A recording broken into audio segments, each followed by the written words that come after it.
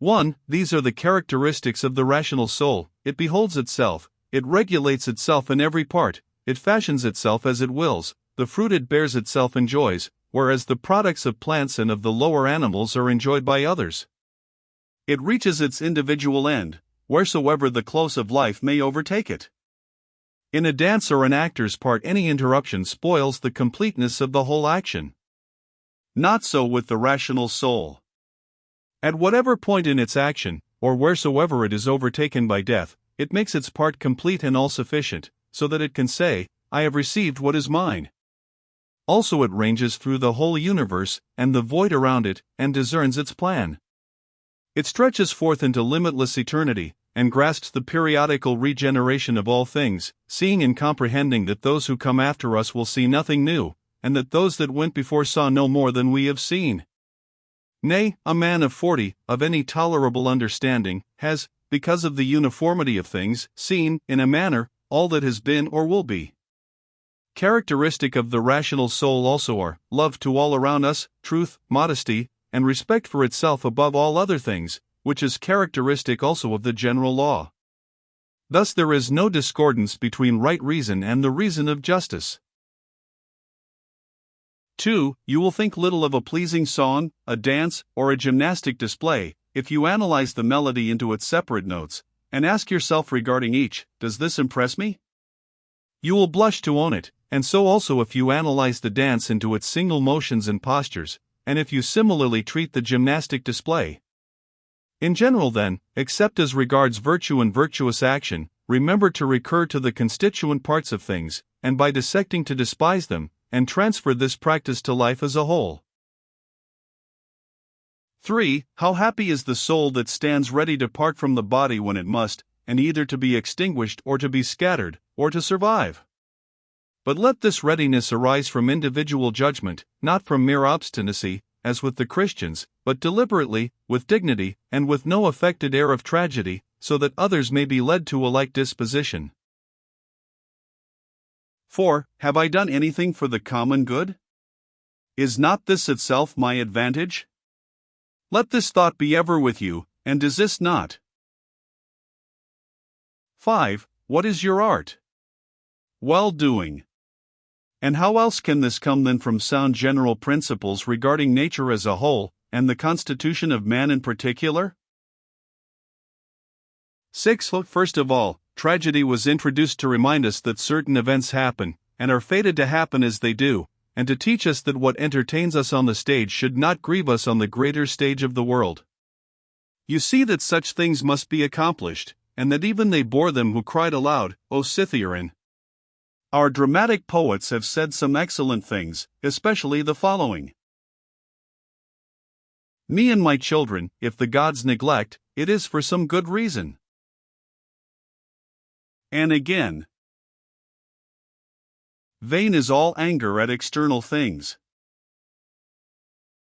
And, "To reap our life like ears of ripened corn." And the like. And after tragedy came the old comedy, using a schoolmaster's freedom of speech, and employing plain language with great profit to inculcate the duty of humility. To this end Diogenes used a method much the same. Next consider the nature of the middle comedy, and lastly for what purpose the new was introduced, which gradually degenerated into the mere ingenuity of artificial mimicry. It is well known that some useful things were said by the new comic writers, but what useful end had they in view in all their accumulated poetry and playmaking? 7. How manifest it is that no other course of life was more adapted to the practice of philosophy than that which now is yours. 8. A branch cut off from its adjacent branch must necessarily be severed from the whole tree. Even so a man, parted from any fellow man, has fallen away from the whole social community. Now a branch is cut off by some external agency, but a man by his own action separates himself from his neighbor by hatred and aversion, unaware that he has thus torn himself away from the universal polity. Yet there is always given us the good gift of Zeus, who founded the great community, whereby it is in our power to be rain-grafted on our kind, and to become once more natural parts completing the whole. Yet the frequent happening of such separations makes the reunion and restoration of the separated member more and more difficult. And in general, a branch which has grown from the first upon a tree, and remained a living part of it, is not like one which has been cut and rain-grafted. As the gardeners would say, they are of the same growth but of different persuasion.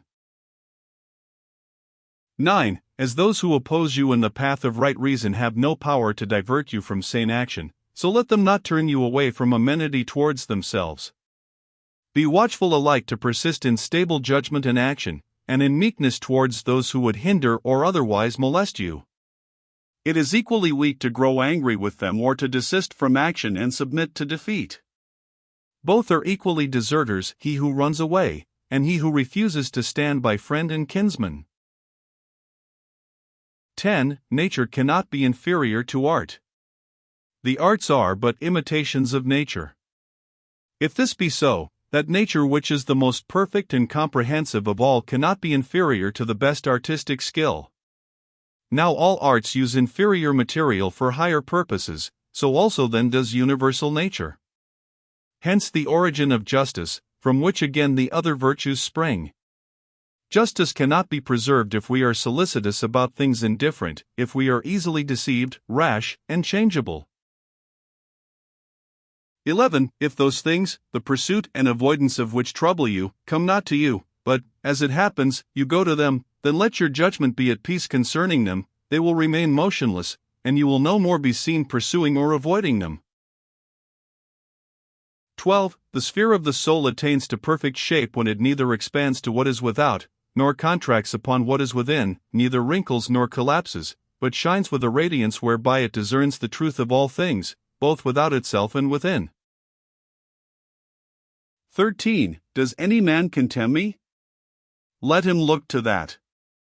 And let me look to it that I be found doing or saying nothing worthy of his contempt. Does anyone hate me? That is his affair.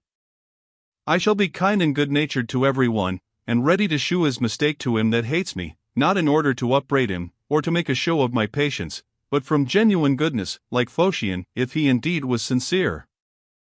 Your inward character should be such that the gods may see you neither angry nor repining at anything. What evil is it for you now to act according to your nature, and to accept now what is seasonable to the nature of the universe, you, a man appointed to do some service for the common good? 14. Although they despise, yet they flatter one another. Although they desire to overtop, yet they cringe to one another.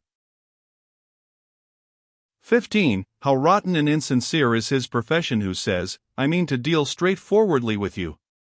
What are you doing, man? There is no need for such a preface. It will appear of itself. Such a profession should be written clearly on your forehead. A man's character should shine forth clearly from his eyes, as the beloved sees that he is so in the glances of those that love him. The straightforward, good man should be like one of rank odor who can be recognized by the passer-by as soon as he approaches, whether he will or no. The ostentation of straightforwardness is the knife under the cloak. Nothing is baser than wolf friendship. Shun it above all things. The good, straightforward, kindly man bears all these qualities in his eyes, and is not to be mistaken. 16. To live the best life is within the power of the soul, if it be indifferent to indifferent things. And it will be indifferent if it looks on all such things, severally and wholly, with discrimination, mindful that not one of them can impose upon us an opinion concerning itself, or can come of itself to us. Things stand motionless without, and it is we that form opinions about them within, and, as it were, write these opinions upon our hearts. We may avoid so writing them, or, if one has crept in unawares, we may instantly blot it out. 'Tis but for a short time that we shall need this vigilance, and then life will cease. For the rest, why should we hold this to be difficult? If it be according to nature, rejoice in it, and it will become easy for you.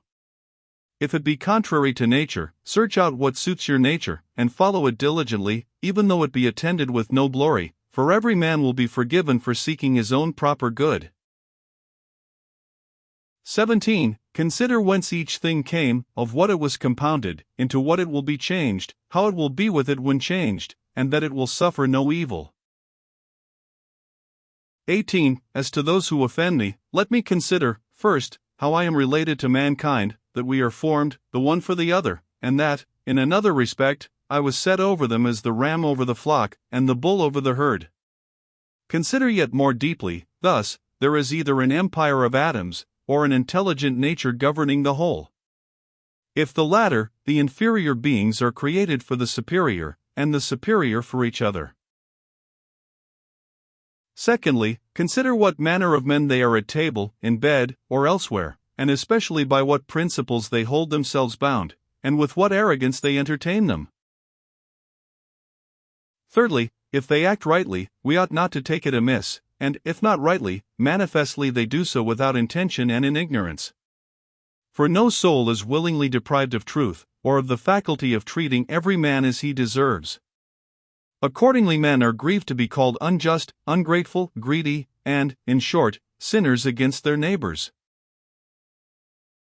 Fourthly, you yourself do often sin, and are no better than another. And, if you abstain from certain sins, still you have the disposition to commit them, even if through cowardice, fear for your character, or other meanness, you hold back. Fifthly, you cannot even be perfectly sure that wrong has been done, for many things admit of justification. And, generally speaking, a man must have learned much before he can pronounce surely upon the conduct of others. Sixthly, when you are vexed or worried over much, remember that man's life is but for a moment, and that in a little we shall all be laid to rest. Seventhly, it is not the acts of others that disturb us. Their actions reside in their own souls. Our own opinions alone disturb us. Away with them then, will that you entertain no thought of calamity befallen you, and the anger is gone. But how remove them? By reasoning that there is no dishonor. For, if you hold not that dishonor alone is evil, verily you must fall into many crimes, you may become a robber, or any sort of villain. Eighthly, how much worse evils we suffer from anger and grief about certain things than from the things themselves about which these passions arise. Ninthly, meekness is invincible if it be genuine, without simper or hypocrisy. For what can the most insolent of men do to you, if you persist in civility towards him, and, if occasion offers, admonish him gently and deliberately, shew him the better way at the very moment that he is endeavoring to harm you? Nay, my son, we were born for something better. No hurt can come to me, it is yourself you hurt, my son. And point out to him delicately, and as a general principle, how the matter stands, that bees and other gregarious animals do not act like him. But this must be done without irony or reproach, rather with loving kindness and no bitterness of spirit, not as though you were reading him a lesson, or seeking admiration from any bystander, but as if you designed your remarks for him alone, though others may be present. Remember these 9 precepts as gifts received from the Muses, and begin now to be human for the rest of your life. Beware equally of being angry with men and of flattering them. Both are unsocial and lead to mischief. In all anger recollect that wrath is not becoming to a man, but that meekness and gentleness, as they are more human, are also more manly. Strength and nerves and courage are the portion of the meek and gentle man, and not of the irascible and impatient. For the nearer a man attains to freedom from passion, the nearer he comes to strength. A weak man in grief is like a weak man in anger. Both are hurt, and both give way. If you want a 10th gift, from the leader of the Muses, take this: to expect the wicked not to sin is madness. It is to expect an impossibility. But to allow them to injure others, and to forbid them to injure you, is foolish and tyrannical. 19. There are 4 states of the soul against which you must continually and especially be upon your guard, and which, when detected, should be effaced, by remarking thus of each. This thought is unnecessary. This tends to social dissolution. You could not say this from your heart, and to speak otherwise than from the heart you must regard as the most absurd conduct. And, fourthly, whatever causes self-reproach is an overpowering or subjection of the diviner part within you to the less honorable and mortal part, the body, and to its grosser tendencies. 20. The serial and igneous parts of which you are compounded, although they naturally tend upwards, nevertheless obey the general law of the universe, and are retained here in composition. The earthy and humid parts of you, though they naturally tend downwards, are nevertheless supported and remain where they are, although not in their natural situation. Thus the elements, wheresoever placed by the superior power, obey the whole, waiting till the signal shall sound again for their dissolution.